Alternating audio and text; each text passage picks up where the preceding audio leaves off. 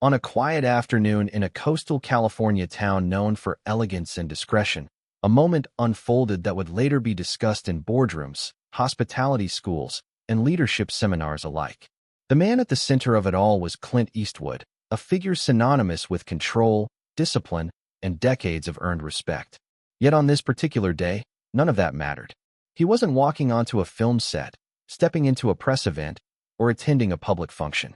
He was simply entering a hotel he personally owned, an establishment designed to embody calm luxury, professionalism, and timeless courtesy.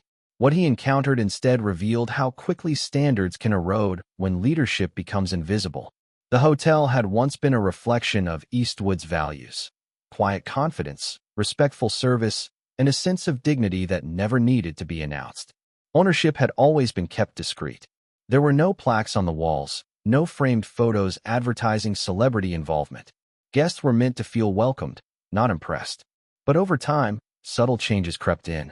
A new management team had taken over daily operations. Staff turnover increased. Complaints, small at first, began to surface. Guests mentioned inattentive service, indifferent responses, and a growing coldness at the front desk. None of it was dramatic enough to trigger alarms, but enough to plant concern. Rather than call meetings or issue memos, Eastwood chose a different approach.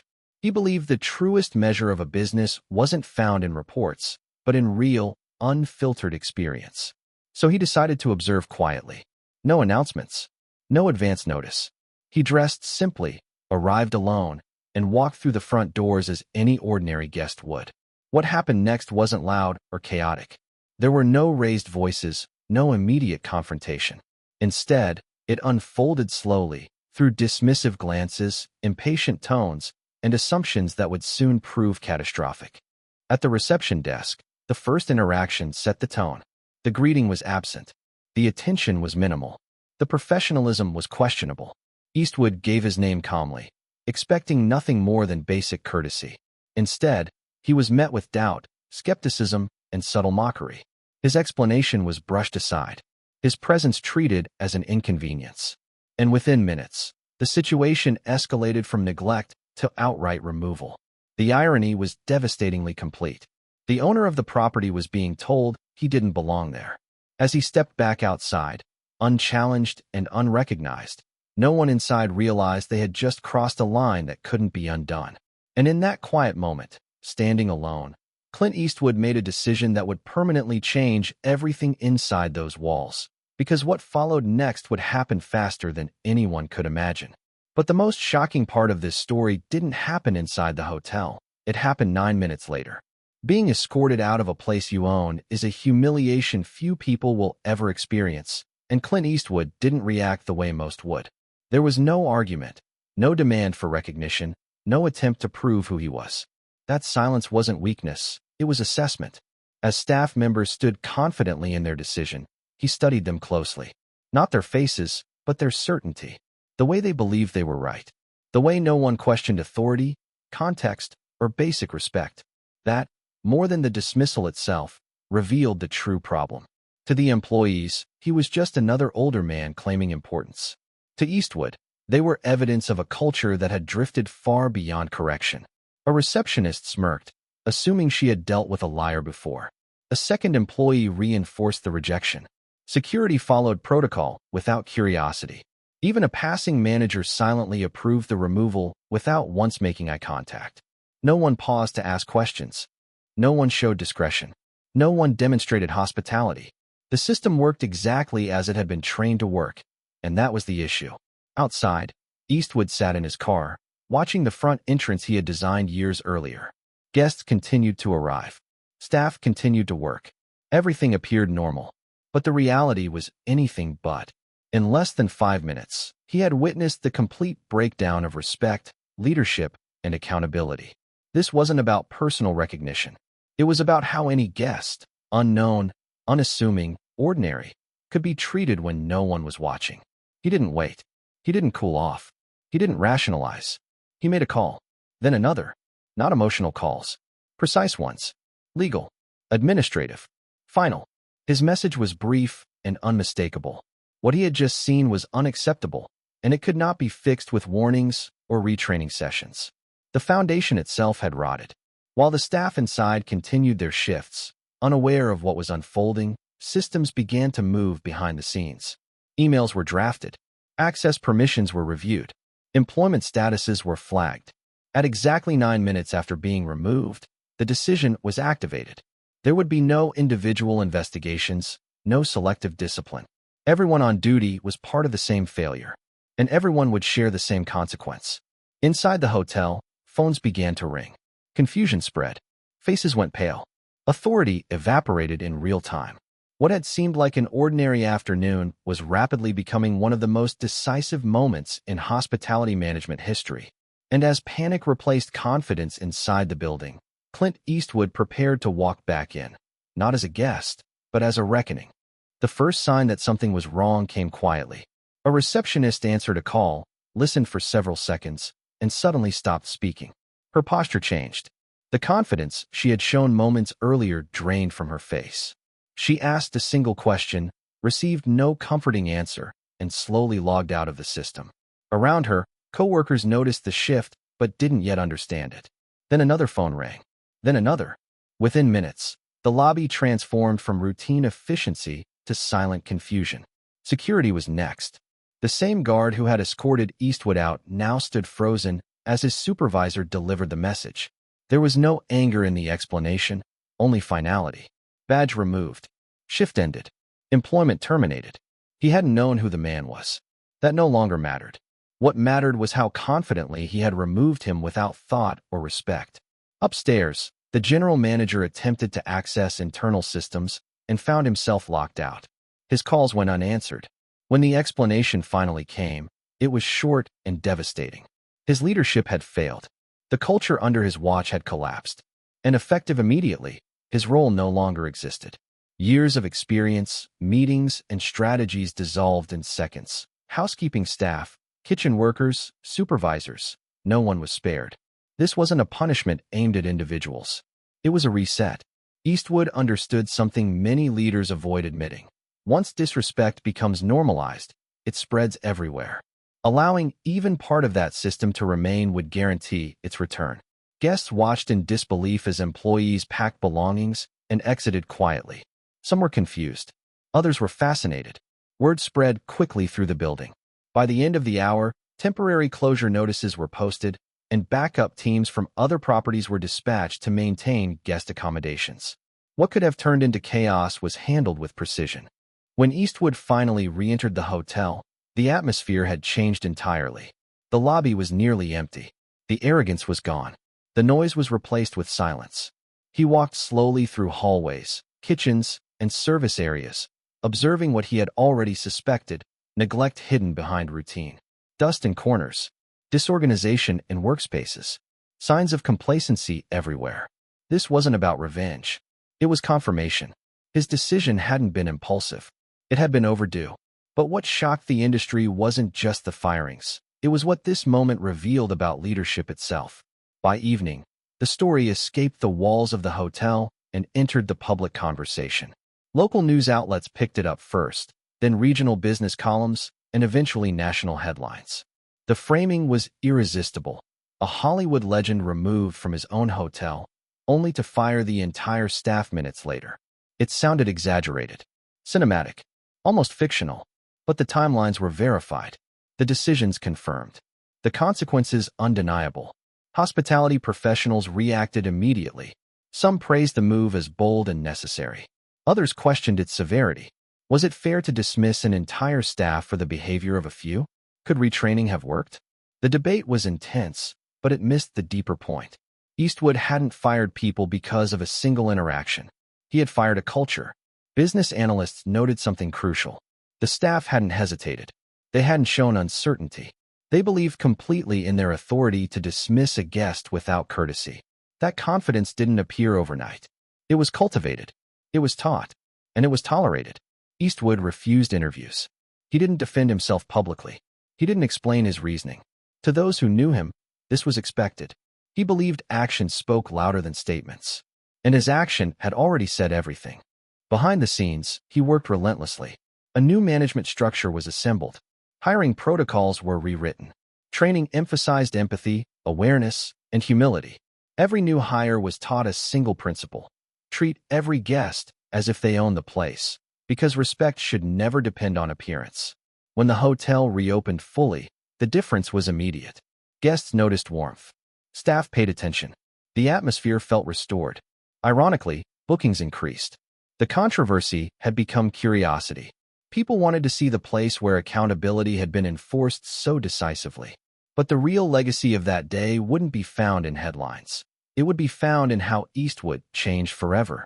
In the days that followed, the hotel returned to operation with an entirely new team, but Clint Eastwood did not return to business as usual. Something fundamental had changed, not just in how the property was managed, but in how he viewed ownership itself. For years, he had trusted distance. He believed that hiring capable managers and setting clear expectations was enough. What the incident revealed, however, was that values don't survive on paperwork alone. They require presence. Privately, Eastwood reflected on the moment that mattered most to him. It wasn't the disrespect. It wasn't the embarrassment. It was the realization that no one inside the building felt responsible for care. Each employee acted within procedure, yet none acted with judgment. That gap between rules and responsibility was where the culture had collapsed. And Eastwood knew that if it had happened here, it could happen anywhere. Rather than issue public statements, he acted quietly. He began making unannounced visits to his other properties. Not as a celebrity, not as an owner, but as a customer. He observed how staff responded to confusion, impatience, or uncertainty. He listened to tone. He watched body language. What he learned confirmed his suspicion. Culture is revealed in seconds, not speeches. In some locations, he saw improvement almost immediately. Managers became more attentive. Employees became more respectful. The story from Carmel had spread internally, even without official memos. People understood the message clearly. Authority without humility was a liability. Respect was not optional. And ownership, even when invisible, was always present. Eastwood also restructured how leadership was evaluated. Performance metrics were no longer limited to revenue and efficiency. Guest feedback, emotional intelligence, and situational awareness became central. Managers were trained not just to enforce rules, but to interpret moments. The ability to pause, to question assumptions, and to respond with dignity became non-negotiable. What surprised many was Eastwood's lack of bitterness. He didn't blacklist former employees or speak ill of them. In his view, blame wasn't the point. Correction was. He believed the staff had been shaped by the system they were placed in. And when a system fails, replacing individuals without repairing culture is meaningless. Over time, the Carmel incident transformed from a scandal into a lesson. Business schools referenced it. Executives debated it. Entrepreneurs studied it. But for Eastwood, it remained personal. It was the moment he realized that leadership cannot be passive, not even for legends. Because if respect disappears under your name, it doesn't matter how famous you are.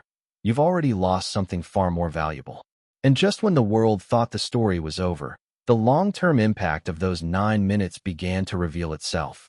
As weeks passed, what began as a shocking headline evolved into something far more influential. The Carmel incident stopped being just a story about a hotel and became a reference point for leadership itself. Executives, entrepreneurs, and managers across industries began citing it in internal meetings. Not because of the firings, but because of the clarity. In a business world often paralyzed by hesitation, Clint Eastwood had acted without delay, and that decisiveness left a lasting impression. Public opinion, initially divided, began to shift. At first, critics labeled the move excessive. They argued that mass termination ignored individual responsibility. But as more details surfaced, a broader understanding emerged. Eastwood hadn't punished people for not recognizing him. He had acted because no one showed basic hospitality. The issue wasn't identity, it was attitude. And that distinction changed the conversation. Media analysts coined an informal term, the Eastwood effect. It described a leadership moment where delayed correction becomes more dangerous than immediate disruption. Business journals explained it simply. When culture breaks, speed matters more than comfort. Letting dysfunction linger in the name of fairness often guarantees its spread. Eastwood's decision, while uncomfortable, had cut the problem at its root. Not because of the firings, but because of the clarity. In a business world often paralyzed by hesitation, Clint Eastwood had acted without delay, and that decisiveness left a lasting impression. Public opinion, initially divided, began to shift. At first, critics labeled the move excessive. They argued that mass termination ignored individual responsibility. But as more details surfaced, a broader understanding emerged. Eastwood hadn't punished people for not recognizing him. He had acted because no one showed basic hospitality. The issue wasn't identity, it was attitude. And that distinction changed the conversation. Media analysts coined an informal term, the Eastwood effect. It described a leadership moment where delayed correction becomes more dangerous than immediate disruption. Business journals explained it simply. When culture breaks, speed matters more than comfort. Letting dysfunction linger in the name of fairness often guarantees its spread. Eastwood's decision, while uncomfortable, had cut the problem at its root. Across his other ventures, the ripple effect was undeniable. Managers tightened standards. Training sessions focused less on protocol and more on awareness. Employees were reminded that professionalism wasn't situational. Respect didn't depend on who was standing in front of them. The Carmel story became an internal warning without ever being officially circulated. Interestingly, guests responded positively. Many praised the transparency of the reset. Reviews mentioned improved service, warmer interactions, and a renewed sense of care. Some guests even admitted they booked rooms specifically because of the story. What could have damaged the brand instead strengthened it. The hotel became known not just for luxury, but for principle. Eastwood himself remained in the background. He didn't capitalize on the attention. He didn't trademark the phrase or sell the narrative. To him, the lesson mattered more than the recognition. Friends later revealed that he saw the incident as a failure he had allowed to happen by stepping too far away. Ownership, he believed, didn't end with investment. It demanded vigilance. In leadership circles, one question kept surfacing. What would have happened if he hadn't walked in that day? The answer was unsettling. The culture would have continued to decline, unnoticed, protected by routine. The Carmel incident forced leaders everywhere to confront an uncomfortable truth. Problems don't announce themselves. They wait to be observed. Because in the end, it wasn't the staff who failed first. It was the assumption that culture could survive without presence. And that realization would shape the final chapter of this story in a way few people expected. Months after the Carmel incident faded from daily headlines, its influence quietly deepened. The hotel was no longer defined by what happened that afternoon, but by what followed. New employees were trained with an unusual emphasis on awareness. They were taught not just how to greet guests, but how to read situations. Training sessions focused on humility, patience, and the understanding that authority and hospitality comes from service, not control. The story itself became part of onboarding, not as a threat, but as context. New hires were told that respect was not optional, and assumptions were dangerous. They didn't need to recognize famous faces. They needed to recognize human dignity. That shift created a different atmosphere. Guests felt it immediately. Conversations felt warmer. Responses felt more genuine. The building hadn't changed, but the energy inside it had. Clint Eastwood remained intentionally distant, yet paradoxically more present than ever. He continued unannounced visits, sometimes staying for hours, sometimes only minutes. He rarely introduced himself. Instead, he observed. How long did it take for someone to acknowledge a guest? How did staff respond to confusion or frustration? Did professionalism remain consistent when no one appeared important? These quiet observations became his most trusted form of oversight. What stood out most was how rarely intervention became necessary. Once expectations were clear, culture began to police itself. Employees corrected one another. Managers paid closer attention. Accountability stopped flowing downward and began circulating horizontally. That was the transformation Eastwood had hoped for, not fear-based compliance, but shared responsibility. Outside the hotel, the incident took on symbolic meaning. Leadership conferences referenced it. Corporate trainers used it as a case study. Some framed it as ruthless efficiency, others as moral clarity. But most agreed on one point. It demonstrated the cost of ignoring culture. Businesses often collapse slowly, then suddenly. Carmel was saved because someone noticed in time. For Eastwood, the experience reinforced a belief he had carried through his film career. Preparation matters. Presence matters. And respect, once compromised, is nearly impossible to rebuild without decisive action. He didn't enjoy firing people, but he believed protecting a standard sometimes required uncomfortable choices. Years later, when asked indirectly about the incident, Eastwood reportedly offered a simple reflection. People behave differently when they believe no one is watching. His responsibility, he felt, was to make sure the values he stood for were never optional, even in his absence. Because leadership, in his view, wasn't about being known. It was about being felt. And with that philosophy firmly in place, the final meaning of those 9 minutes becomes impossible to ignore. In the end, the Carmel incident was never really about a hotel, a front desk, or even a famous name being dismissed. It was about something far more universal, the moment when standards quietly disappear and no one notices until it's too late. Clint Eastwood didn't walk into his property that day intending to make history. He walked in expecting professionalism. What he found instead was a warning, not just for his business, but for every organization that believes culture can maintain itself without attention. Those 9 minutes have since become symbolic, not because of how fast people were fired, but because of how quickly clarity replaced tolerance. Eastwood understood something many leaders struggle to accept. Once disrespect becomes routine, fixing it gently often fails. Strong cultures are not preserved by speeches, but by boundaries. And when those boundaries are crossed, response time matters. The hotel today stands as a quiet example of that philosophy. Guests who arrive know nothing about the details unless they choose to look. They are greeted warmly, treated with care, and served without assumption. That was always the goal. Not luxury for the privileged, but dignity for everyone. In a strange way, being removed from his own hotel allowed Eastwood to restore exactly what he had intended it to represent. The fired employees moved on. Some learned from the experience. Others disagreed with it. But the lesson remained larger than any individual outcome. Awareness matters. Assumptions are dangerous. And professionalism isn't proven when things are easy. It's revealed when no one thinks they're being tested. For Eastwood, the incident reinforced a lifelong principle. Whether on a film set or in a business, people rise or fall to the standard that is enforced, not the one that is written down. He didn't demand recognition that day. He demanded respect for the role, the space, and the purpose of the place he had built. Years from now, the story may be retold with different headlines or exaggerated details, but its core truth will remain unchanged. Leadership is not about titles. Ownership is not about visibility. And respect is not something you wait for. It is something you protect.